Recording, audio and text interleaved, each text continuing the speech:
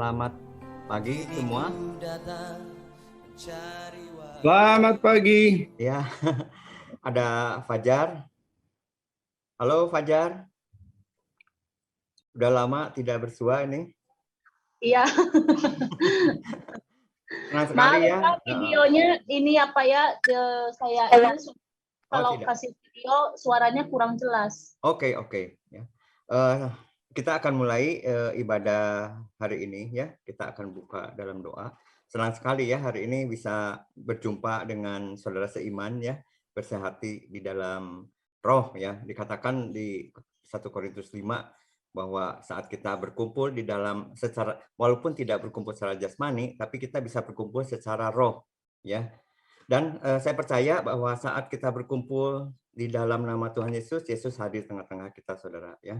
Dan kita percaya bahwa saat kita hadir dalam hadiratnya, ada berkat-berkat Tuhan atas setiap kita. Amin ya. Kita akan buka ibadah ini di dalam doa ya.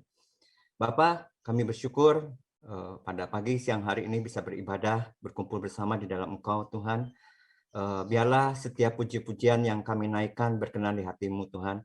Biarlah pujian yang kami naikkan itu mengalir dari hati kami Tuhan. Boleh menyenangkan hati-Mu Tuhan. Dan Tuhan, biarlah hati kami juga boleh terbuka atas setiap firman yang akan disampaikan pada hari ini Tuhan. Biarlah firman itu jatuh di hati kami yang paling subur Tuhan, yang akan berbuah dengan lebat Tuhan. Dan biarlah setiap kami boleh berkomitmen Tuhan untuk melakukan setiap firman yang hari ini akan disampaikan Tuhan. Terima kasih untuk hari ini, untuk ibadah hari ini Tuhan. Kau berkati setiap yang terlibat di dalam pelayanan hari ini Tuhan. Kau berkati juga seluruh jemaat Tuhan yang sudah hadir dan maupun yang sedang persiapan Tuhan. Kau berkati semua. Hanya di dalam nama Tuhan Yesus kami siap untuk mulai ibadah hari ini. Kita sama-sama katakan amin. Selamat pagi semua jemaat New Life. Puji Tuhan, pada pagi hari ini kita masih bisa berkumpul bersama lagi. Mari kita memuji Tuhan.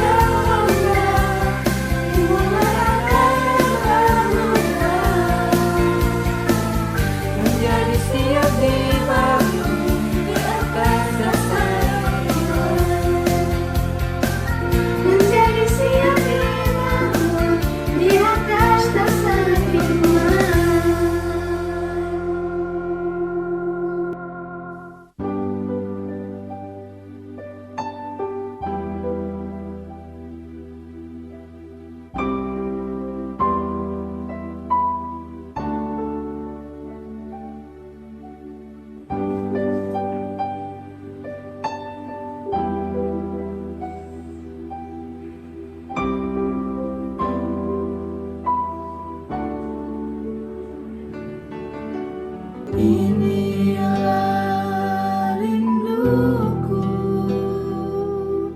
kepadamu.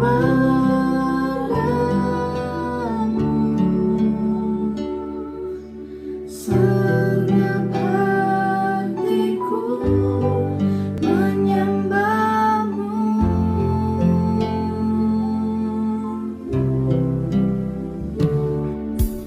Seluruh hidupku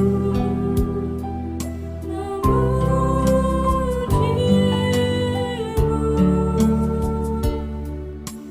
Ku menyembahmu, ya Allahku.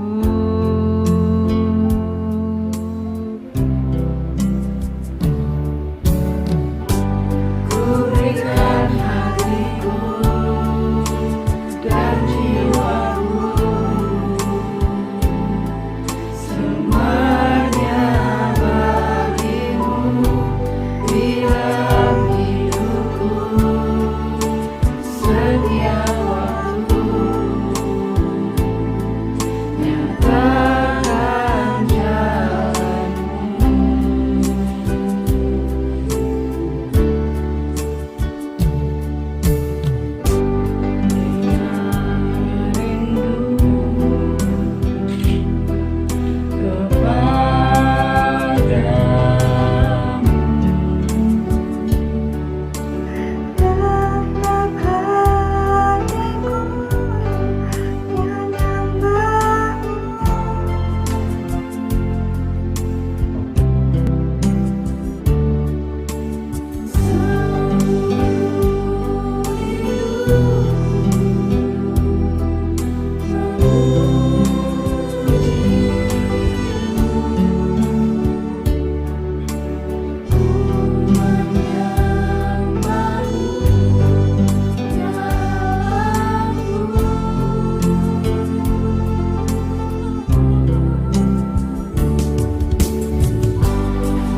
Berikan hatiku dan jiwaku, semuanya bagimu di dalam hidupku. Setiap waktu nyatakan jalanmu.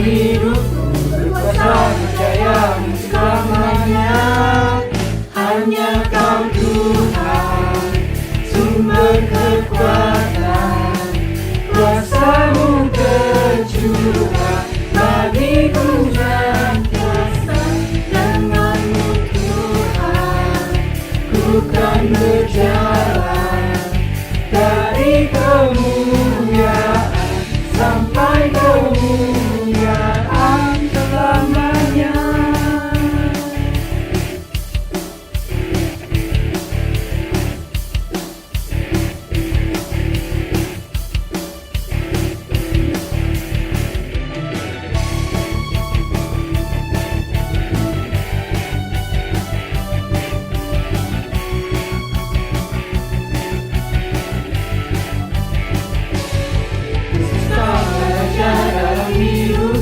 Berkuasa berjaya untuk selamanya.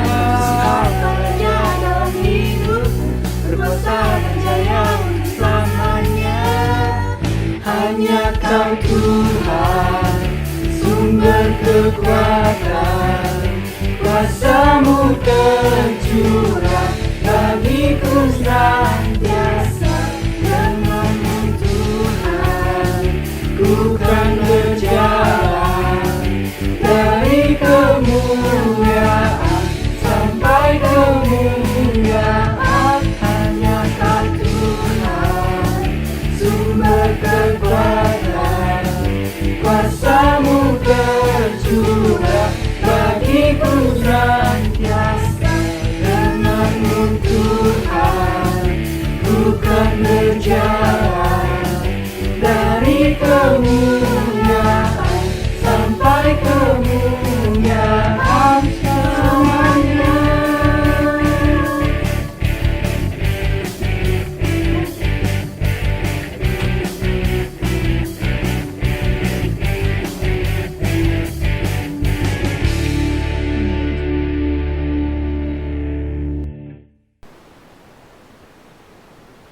Shalom, jemaat New Life yang dikasihi Tuhan Yesus. Puji syukur kita bisa beribadah bersama-sama kembali. Dan pada kesempatan ini firman Tuhan yang akan saya sampaikan bertema bekerja memberi buah. Sebelumnya mari kita berdoa terlebih dahulu. Tuhan Yesus, Engkau Allah yang maha besar, dari mula segala sesuatu dan bagi mula segala sesuatu. Pada kesempatan ini kami mau belajar firman-Mu tentang bekerja memberi buah. Tuhan, tolong beri kami telinga seorang murid untuk kami boleh mendengar dan mengerti isi firman-Mu, sehingga kami beroleh kekuatan untuk menghidupinya. Kami perlu Engkau ya Tuhan, juru selamat hidup kami. Kami buka hati kami untuk menerima firman-Mu, kiranya benih firman yang disampaikan boleh bertumbuh, berakar, dan berbuah dalam hidup kami. Dan semuanya itu boleh menyenangkan hati Tuhan. Berfirmanlah ya Tuhan, kami siap mendengarkan firman-Mu, dalam nama Tuhan Yesus. Amin. Puji Tuhan, kita sebagai orang yang bertanggung jawab tentunya sudah biasa dengan bekerja. Bekerja menjadi kebiasaan, rutinitas, dan bagian hidup kita sehari-hari. Sebagian besar waktu hidup kita isi dengan bekerja. Ayat firman Tuhan yang menjadi awal pembacaan khotbah kita pada pagi hari ini kita temukan dalam Filipi pasal 1 ayat 22a, di mana Rasul Paulus menulis begini, tetapi jika aku harus hidup di dunia ini, itu berarti bagiku bekerja memberi buah. Bekerja memberi buah. Ketika saya merenungkan ayat ini, saya menyadari ternyata banyak hal dalam hidup saya yang bisa saya nikmati, itu merupakan buah pekerjaan dari orang lain, baik itu yang saya kenal maupun tidak saya kenal.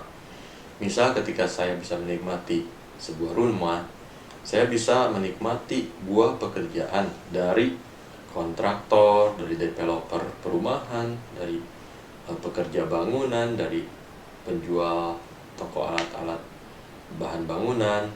Mereka bekerja sama dalam satu tim, menjadi satu tujuan, dan memberi buah dalam pekerjaannya dengan membangun sebuah hunian yang layak huni dan bisa saya nikmati. Contoh lain, ketika saya menikmati makanan yang dihidangkan istri saya, tentunya saya juga bisa menikmati buah dari pekerjaan seorang petani yang menanam, merawat sampai tanaman itu dipanen dan akhirnya dijual ke pasar. Buah pekerjaan dari pedagang pasar juga yang bisa saya nikmati. Selanjutnya juga dari buah pekerjaan istri yang belanja ke pasar, yang memasak masakan dan menghidangkannya untuk saya.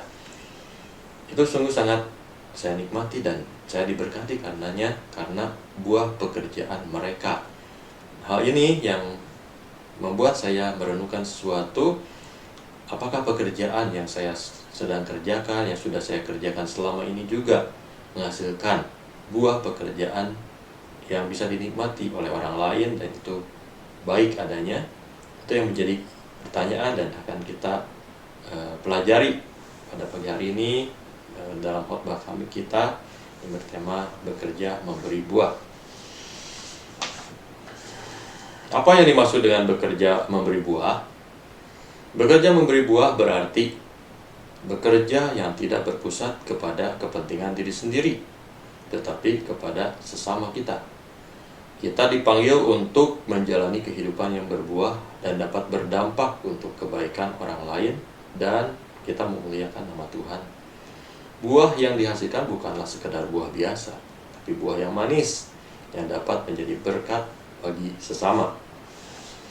Baiklah, pada kesempatan ini kita akan bersama-sama belajar tentang 3 hal yang dimaksud dengan bekerja memberi buah.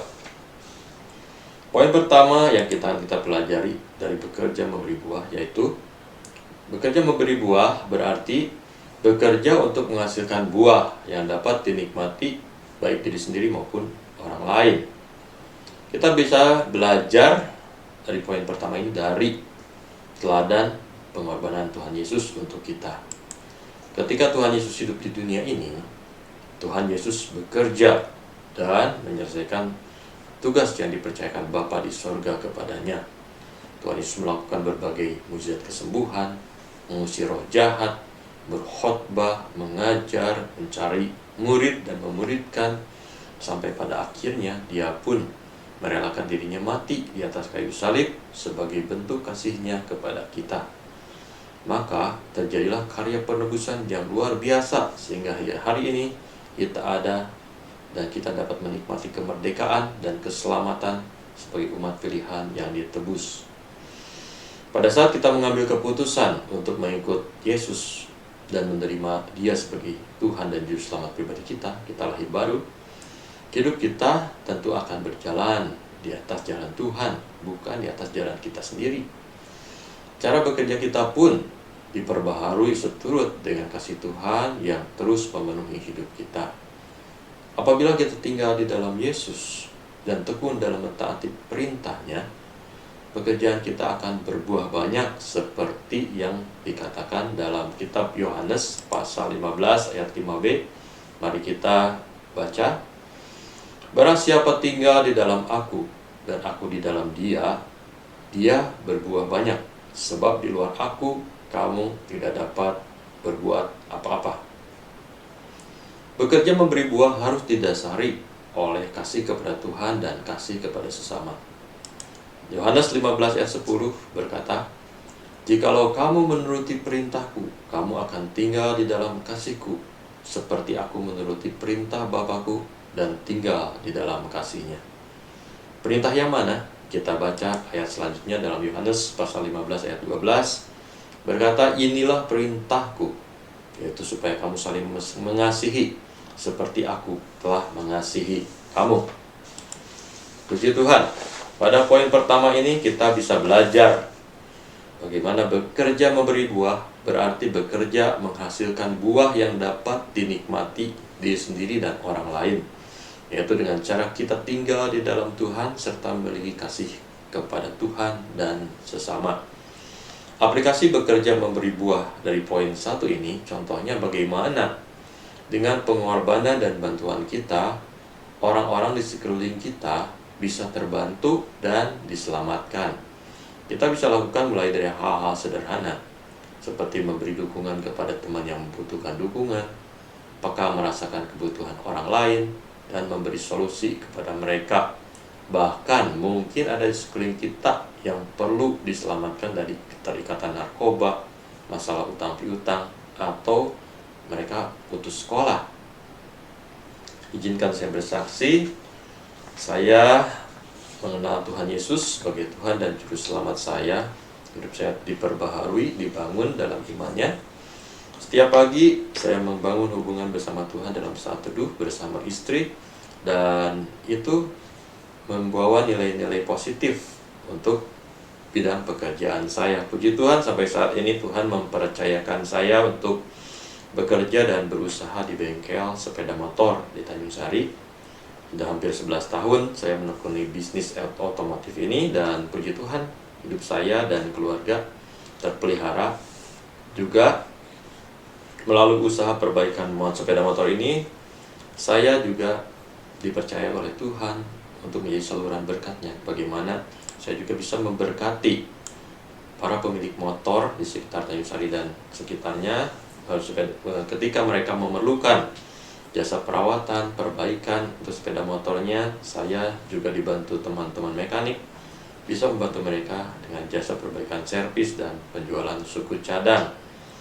Bagaimana Tuhan memakai saya untuk memberkati sesama dalam bidang pekerjaan saya ini. Selain itu, saya juga bisa membuka lapangan pekerjaan atas anugerah Tuhan untuk teman-teman yang membutuhkan pekerjaan, dan mereka juga diberkati. Lewat kesaksian hidup saya juga di bengkel, teman-teman juga banyak yang hidupnya diubahkan.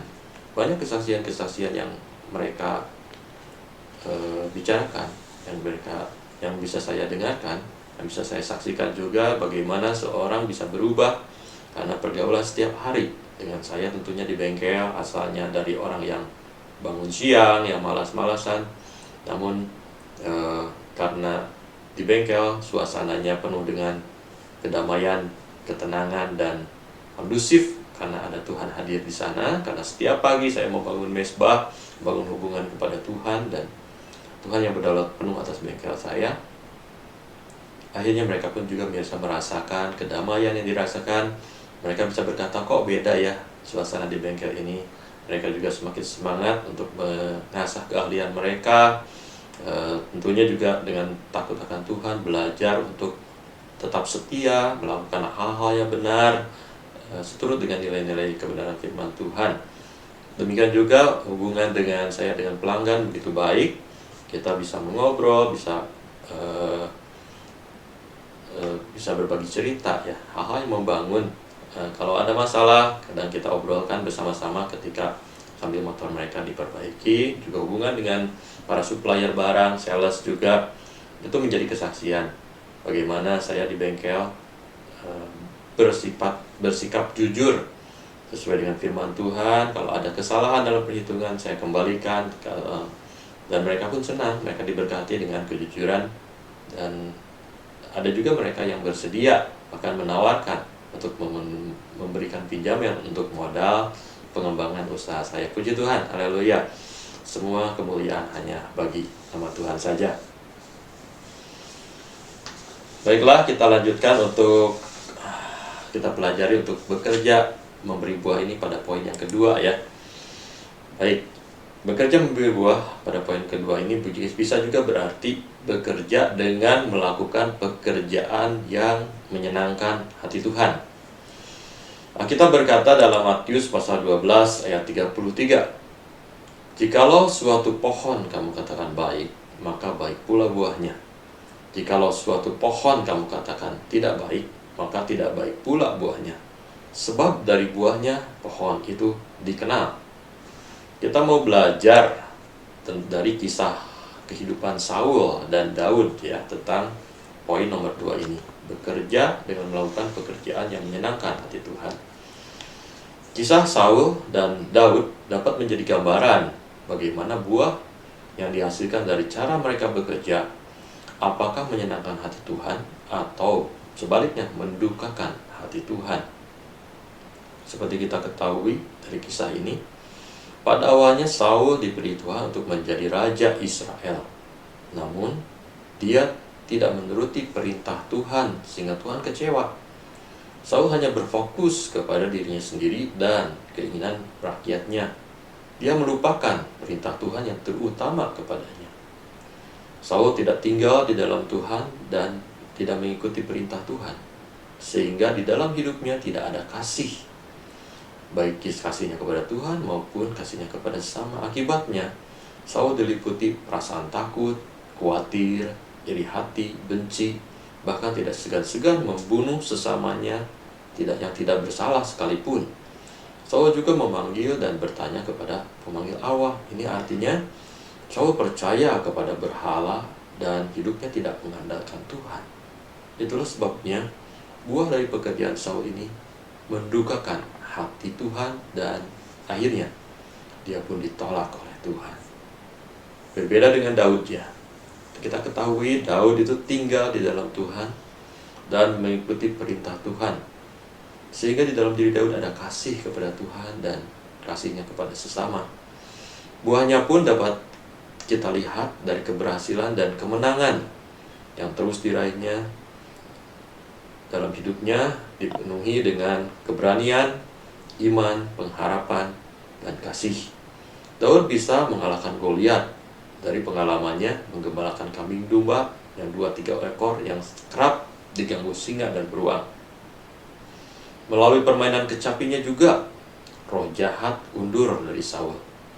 Selanjutnya, Daud mendapatkan promosi demi promosi dan dari Tuhan sebagai buah pekerjaannya yang menyenangkan hati Tuhan. Puji Tuhan. Daud pun akhirnya menjadi raja menggantikan Saul dan bahkan kita bisa baca dari ayat-ayat selanjutnya di Alkitab, dari keturunan Daud lahirlah Tuhan Yesus, Sang Juru Selamat. Pada suatu kesempatan, Saul berkali-kali berniat untuk membunuh Daud, tetapi Saul gagal karena Tuhan menyertai hidup Daud.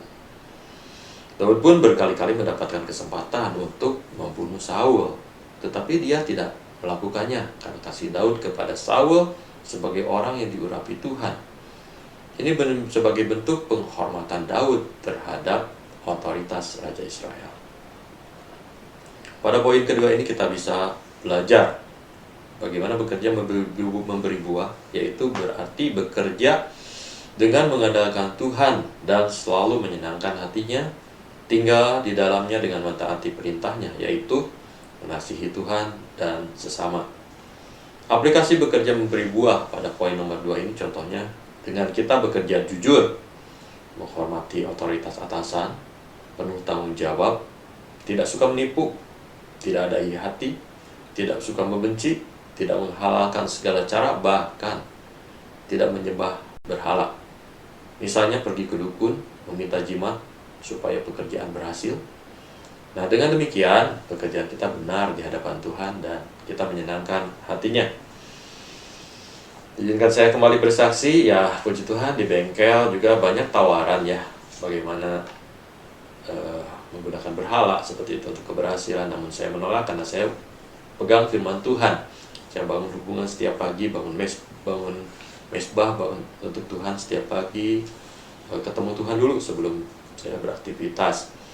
Ya puji Tuhan, perubahan hidup saya semakin dirubahkan dari hari ke hari menjadi semakin serupa dengan Kristus, seturut dengan kesempatan yang Tuhan berikan di pekerjaan, di usaha. Tuhan berkati. Bahkan di pelayanan, jujur saya pada awalnya, dan seperti saudara ketahui ya, di awal-awal saya bergabung dengan New Life, mungkin saudara juga bisa melihat kalau saya adalah orangnya pemalu, gak suka banyak omong. Namun dengan seiring perjalanan bersama Tuhan, bangun hubungan dengan Tuhan, kasih saya kepada Tuhan semakin ditingkatkan gitu ya, di level up ya, dan kasih juga kepada sesama. Seiring dengan itu saya juga mulai terlibat rindu untuk dimuridkan lewat komsel, dan selanjutnya saya juga lewat pemuridan itu bisa belajar melayani ya, mulai dari hal-hal kecil sederhana, dari hal-hal yang bisa saya kerjakan itu, dan promosi demi promosi terus Tuhan berikan, dan akhirnya saya mendapat kesempatan untuk membawakan firman Tuhan pada pagi hari ini. Terima kasih buat kesempatan juga dari para penatua Gereja New Life untuk kesempatan saya berbagi kesaksian pada pagi hari ini. Baiklah, kita lanjutkan untuk poin nomor 3 ya. Tadi apa yang kita pelajari saat ini tentang bekerja memberi buah. Di poin yang ketiga ini kita mau belajar bagaimana bekerja memberi buah berarti juga bekerja menduplikasikan diri kita sehingga menghasilkan banyak pribadi sebagai alatnya Tuhan. Dengan tinggal di dalam Tuhan, memiliki kasih kepada Tuhan dan sesama, serta menyenangkan hati Tuhan, maka kita bisa berbuah dengan menghasilkan pribadi-pribadi sebagai alatnya Tuhan melalui pelayanan kita atau yang biasa kita sebut dengan pemuridan. Pekerjaan dan janji Tuhan atas hidup manusia itu bersifat kekal dari keturunan kepada keturunan, sementara umur hidup manusia terbatas. Oleh karena itu diperlukan generasi-generasi penerus untuk dididik dan diajar, sehingga diharapkan dapat melanjutkan dan menggenapi rencana Tuhan yang kekal itu. Kita perlu mempersiapkan generasi penerus ini.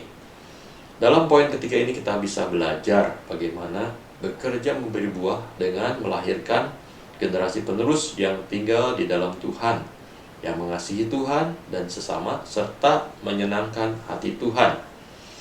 Aplikasi bekerja memberi buah dari poin 3 ini kita bisa lihat dari teladan para penatua Gereja New Life Kota Baru Parahyangan ya, dalam mengasihi Tuhan dan jemaatnya. Mereka adalah Pak Johnson, Pak An, Pak Billy.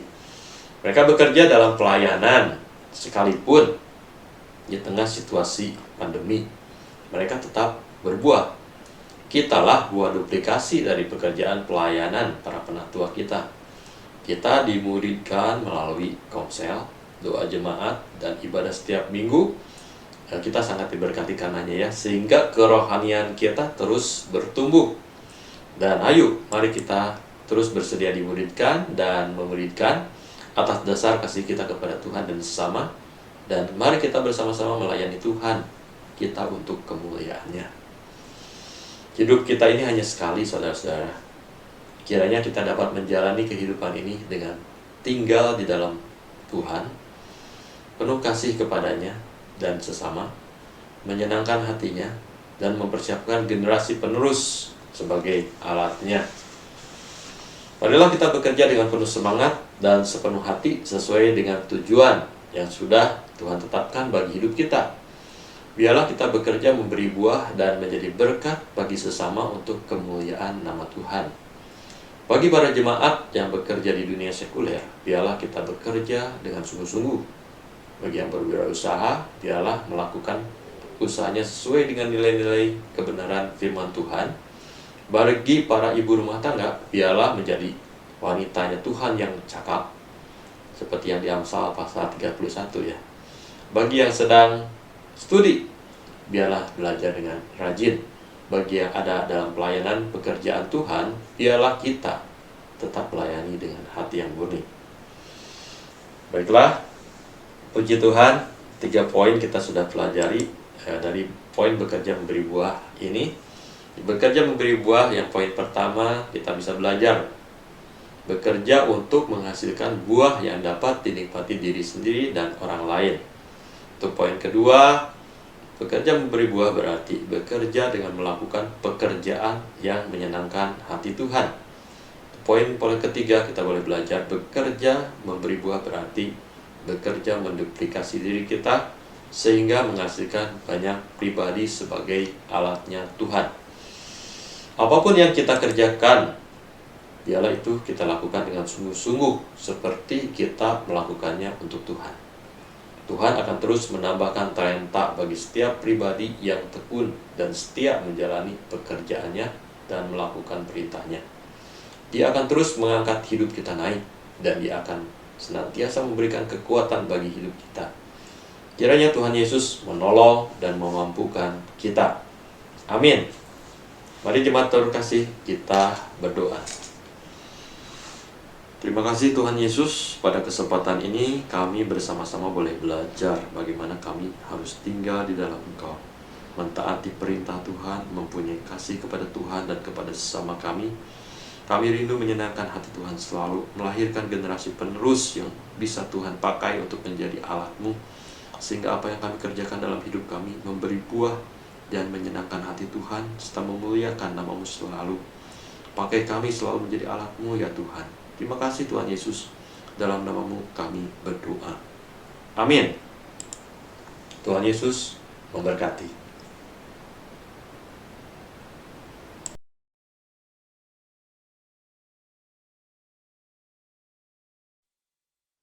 Puji Tuhan, terima kasih Pak Tendi untuk firman yang luar biasa. Selamat pagi. Di dalam firman ini kita bisa belajar banyak hal. Ada 3 poin yang penting bisa kita pelajari dari firman yang Pak Tendi barusan beritakan untuk kita. Yang poin pertama, bekerja untuk menghasilkan buah yang dapat dinikmati diri sendiri dan orang lain. Kita bisa berkorban juga untuk orang lain dalam melakukan pekerjaan yang kita hasilkan juga bisa membantu orang lain. Yang kedua poinnya, bekerja dengan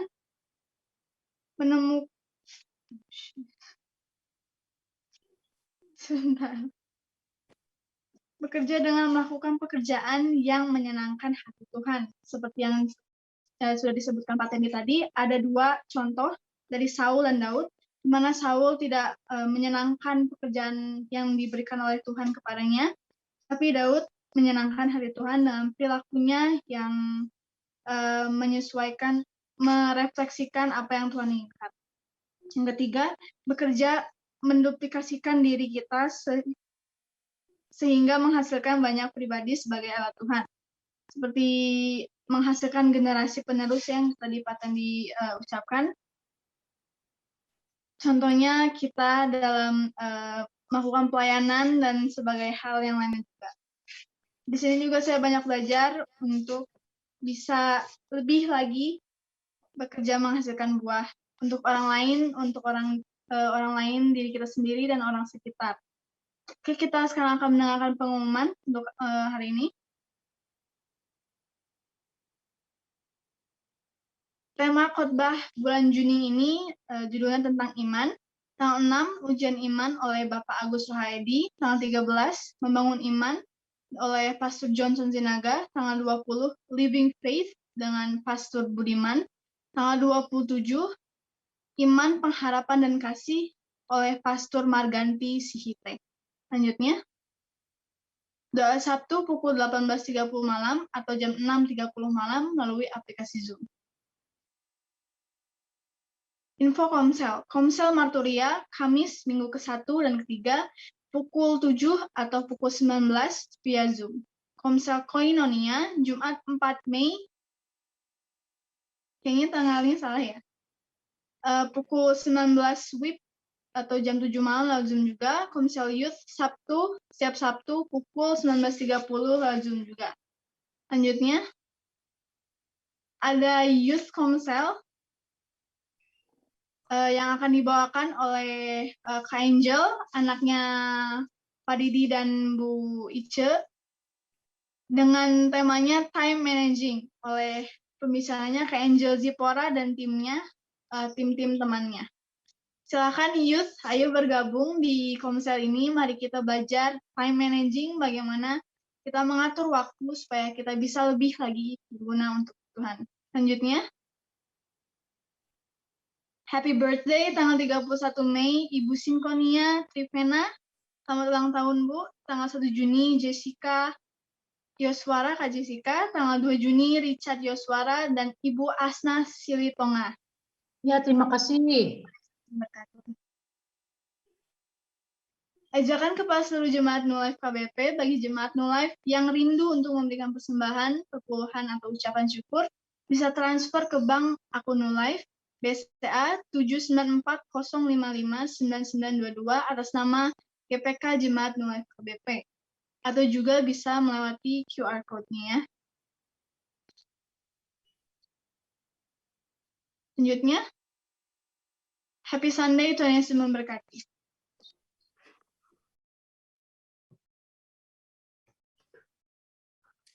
Ibadah sudah selesai, saudara-saudara. Kita akan tutup dalam doa ya.